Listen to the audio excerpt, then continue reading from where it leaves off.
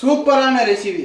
என்ன ரெசிபின்னு பார்த்தீங்கன்னா coriander chicken, மல்லித்தலையை வச்சு சிக்கன் பண்ண போகிறோம். பச்சை கலரில் சும்மா உரப்பாக அடியாக இருக்கும்.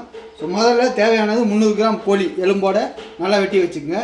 ஒரு கைப்பிடி அளவு மல்லித்தலை, ஒரு அரை கைப்பிடி அளவுக்கு புதினா, ஒரு 3 பச்சை மிளகாய், 2 தக்காளி பழம், 3 வெங்காயம், ஒரு 4 to 5 பல்லு பூண்டு, இஞ்சி வந்து ஒரு 1/4 துண்டு, இந்த ஒரு ஃபிங்கர் அளவுக்கு எடுத்து தோல் சீவி நல்லா வெட்டி வச்சுருங்க.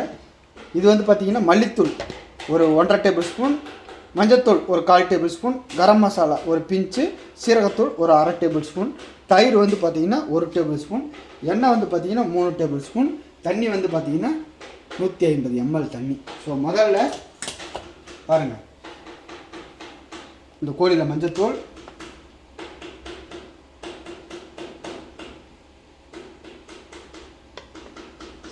சீரகத்தூள்,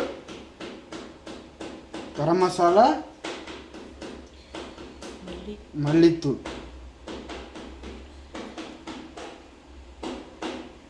ஸோ அவ்வளோதான் போட்டாச்சு. இதோட தயிர் வந்து போட்டுருவோம். போட்டு சால்ட்டு வந்து 1 டேபிள் ஸ்பூன் சால்ட்டு, உங்களுக்கு தேவை எவ்வளோ இருக்கோ அந்த அளவுக்கு போட்டுக்கோங்க. ஸோ போட்டு இதை வந்து இப்படி மேக்னேட் பண்ணிடுங்க. இந்த தயிரோடு இப்படி மேக்னேட் பண்ணி வச்சிங்கன்னா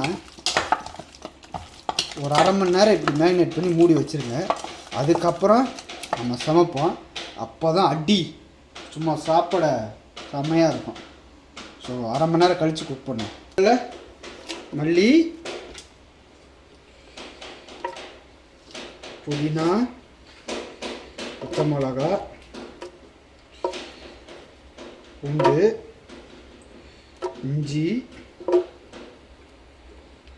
தக்காளி பழம், வெங்காயம்,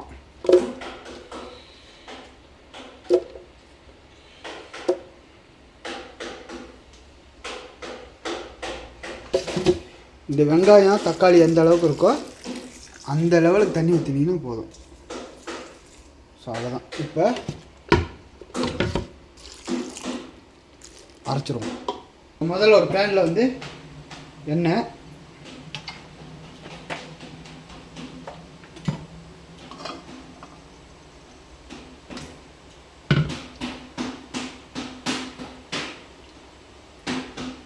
கோழி ஆட் பண்ணிடுவோம்.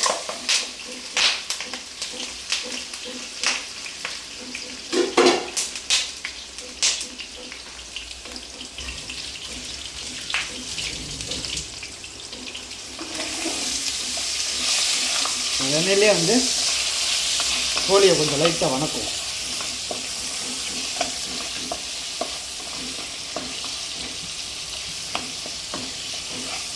இந்த மாதிரி கொஞ்சம் வணக்குங்க.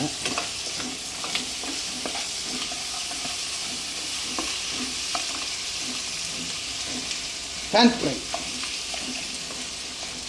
கொஞ்ச நேரம் வணங்கட்டும். 5 minutes ஆயிடுச்சு. ஆனோன்னு இந்த அரைச்சி வச்ச கலவையை வந்து இதில் ஆட் பண்ணிடுவோம்.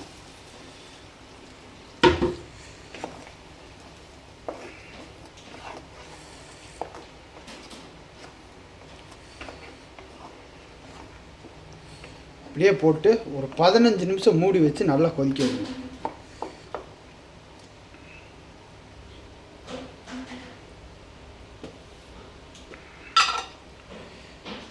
ஒரு 16 minutes ஆயிடுச்சு. ஸோ நல்லா குக் ஆயிடுச்சு. இறக்கிடுவோம், அவ்வளோதான். ஸோ இப்போ வந்து ஆப்ஷனாக ஒரு பொருள் போட போகிறோம். எதுக்குன்னு பார்த்தீங்கன்னா, குழந்தைங்களாம் சாப்பிட்டுச்சுன்னா அது உரப்பு இல்லாமல் ஒரு அருமையான ருசி கிடைக்கும். என்னென்னா பட்ரு 1 டேபிள் ஸ்பூன் போட்டிருக்கோம்.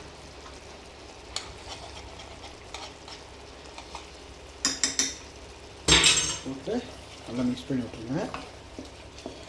பார்த்தீங்களா கிரேவி எப்படி திக்காக இருக்குன்னு, ஒரு செமி கிரேவியாக இருக்குது. ஸோ இப்போ அடுப்பு ஆஃப் பண்ணிடுவோம். ஆஃப் பண்ணிட்டு பவுலில் அப்படியே இறக்கிறோம். பார்த்தீங்கன்னா பெக்காட்டாக நல்லாயிருக்கும். சப்பாத்திக்கு, தோசைக்கு, சோத்துக்கு எல்லாத்துக்குமே ஒரு அடியான ரெசிபி. ஸோ மறக்காமல் ட்ரை பண்ணுங்கள். எப்படி இருக்குன்னு சொல்லி சொல்லுங்கள்.